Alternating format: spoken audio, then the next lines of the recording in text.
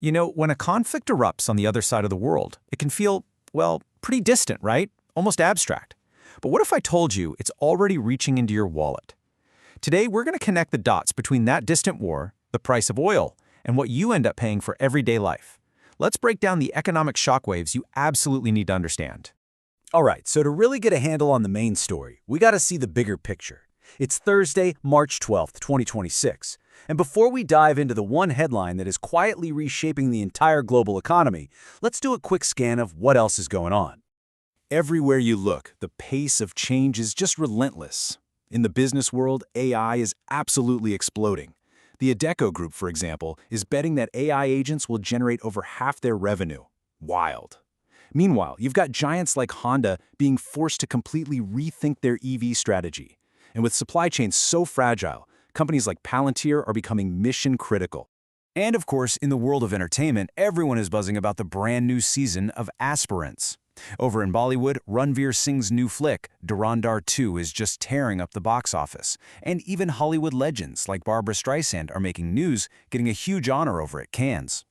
And then you've got sports, where India's cricket champs are still celebrating a massive T20 World Cup victory. So yeah, you've got AI breakthroughs, movie blockbusters, sports glory. The world is full of noise and plenty of distractions.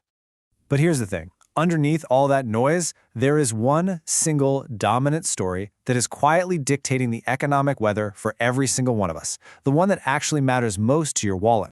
And it all boils down to this number, $100. As of today, that's the price for a single barrel of Brent crude oil. That's a huge psychological barrier, and crossing it sends ripples absolutely everywhere. So, the question is, how did we get here? Yeah, this isn't just the market being moody or some random fluctuation. This price tag is the direct result of a massive geopolitical crisis that's unfolding as we speak. A regional war is triggering a global economic emergency. We're on day 13 of a direct war between Iran and Israel. Today saw wide-scale Israeli strikes inside Iran.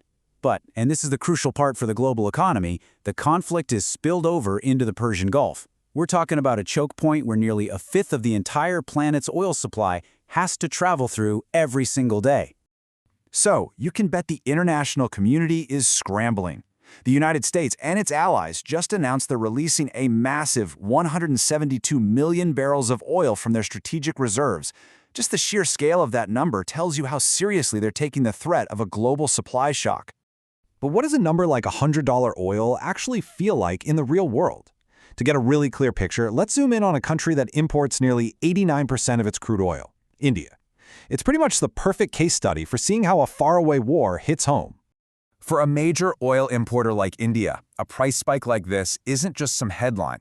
It's a massive national headache that starts to affect everything, from the government's budget all the way down to the value of its currency.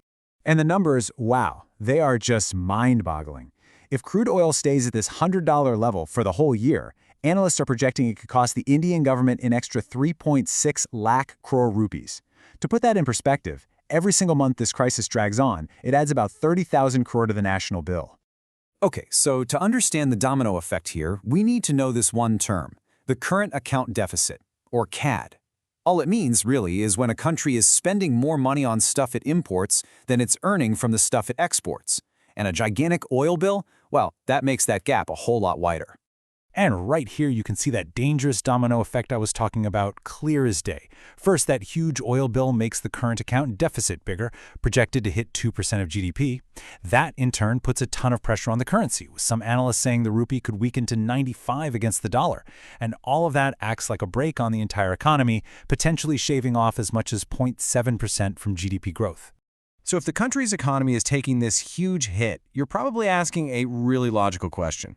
Wait a minute, why am I not paying more at the pump? Why haven't the prices at my local gas station gone up yet? Well, the answer to that reveals where this economic pain is actually landing right now. And it's a story of two very different places, your kitchen and your car. I mean, just look at the fuel prices today across India's big cities. They're practically frozen in time. Petrol in Delhi is still under 95 rupees. In Mumbai, it's holding steady. Despite all the chaos in the global markets, nothing has changed at the pump. So what is going on?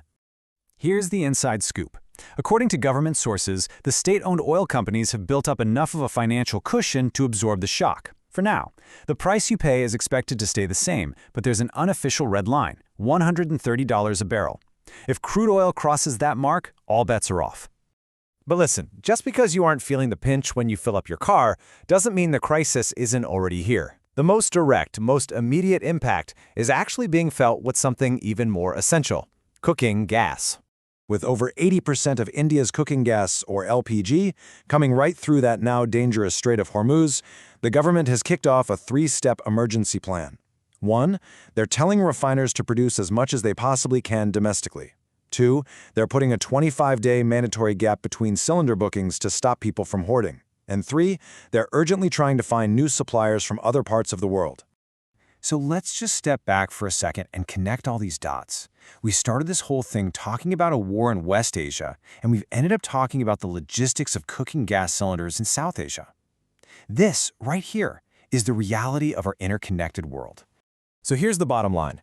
Right now, governments and state-run companies are basically acting like giant shock absorbers, taking that initial economic hit for you.